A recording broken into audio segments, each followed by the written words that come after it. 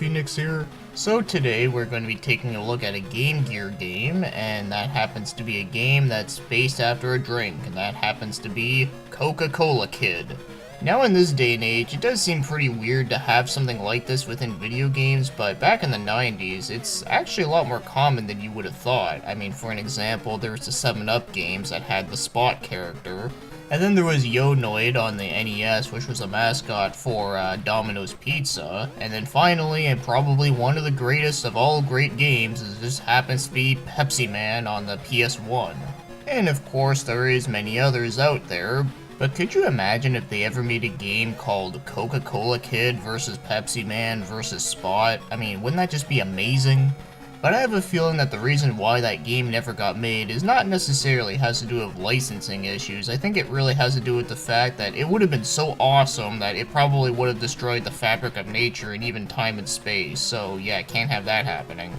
Well, anyways, let's get back on track here and start talking about Coca-Cola Kid, which was developed by Aspect and published by Sega Enterprise, and was released in the year 1994 and only in Japan. And it is a side-scrolling platformer. So with that being said, now let's begin and talk about oh, wait a minute, this game really doesn't have any story whatsoever. Well, whatever, I can't imagine it being like super duper amazingly mind-blowing anyways, so let's get moving on and start talking about the gameplay then.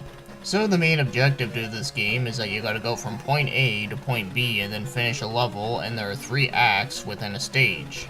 And the third act is always gonna be a boss battle.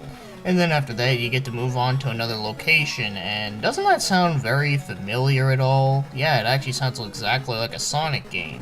And speaking of Sonic, even the heads-up display for this game looks very similar to the one in Sonic Triple Trouble.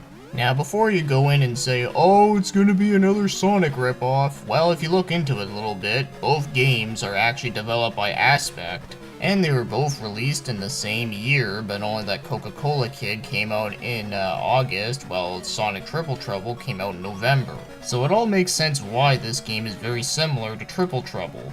Well, let's get back on track with the gameplay. So instead of collecting rings in this game, instead you do have an individual health bar, and you get to regain your energy by picking up, well, take a guess, Coca-Cola cans.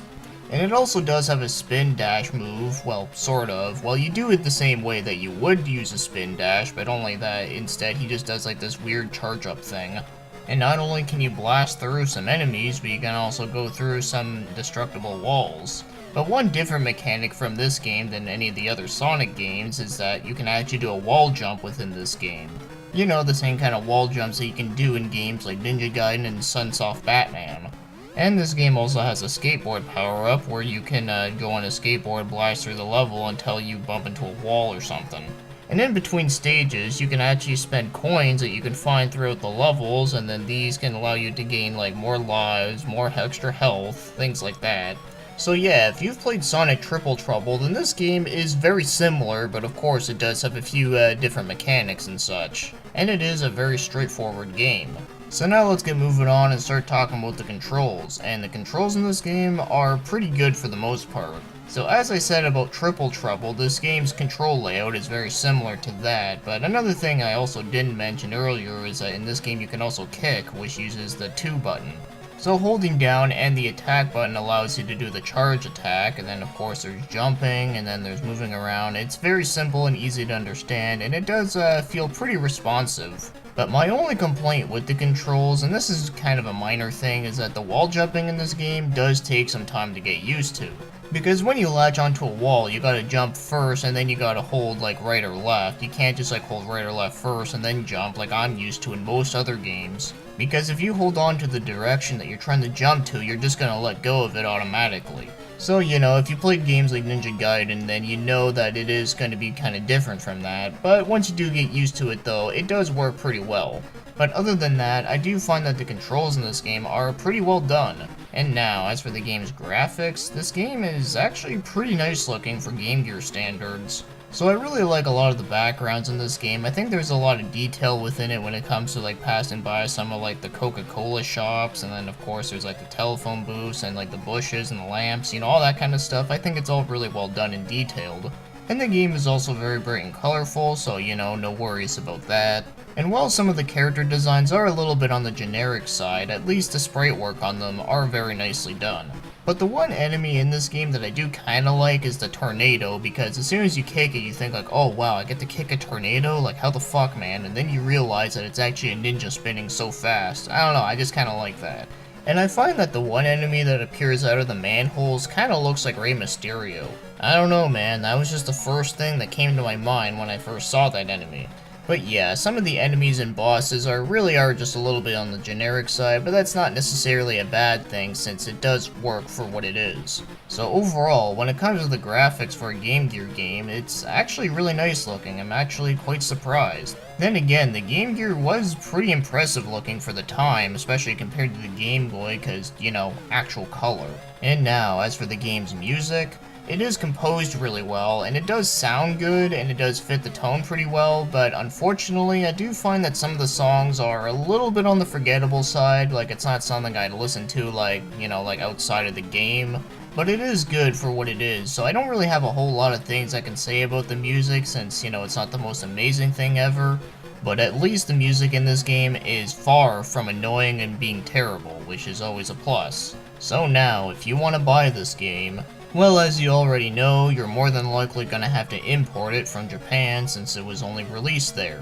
And in case you didn't know, the GameGear is indeed region free. And for a long ass time, I actually did not know that. Well, just from seeing things on here, so apparently there is one loose cart that is being sold for $20, and a complete copy can go from $50 to $60, but all these carts are black, but there is actually a special red cart that actually comes with a special edition GameGear that has Coca-Cola on it, much like the Magical Knight Rayearth one. In fact, it's actually the same color.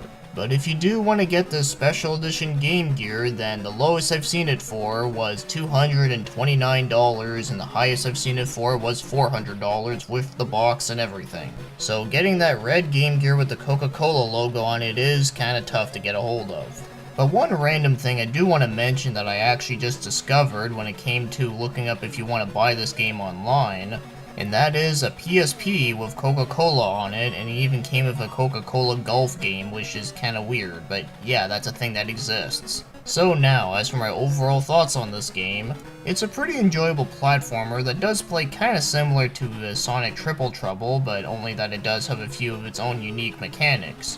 And yeah, this game is obviously not the most original thing ever, but I don't really think that's a big deal because I just want to play a game to have fun, and this game is pretty fun, but it is also pretty tough too, which does make for a pretty good challenge. But I'd say after the third stage is when things get really challenging. And just like a Mega Man game, it's the stages that are much more harder than the bosses. So yeah, for a random ass idea like trying to turn Coca-Cola into a game, I think this game did fare pretty well with that.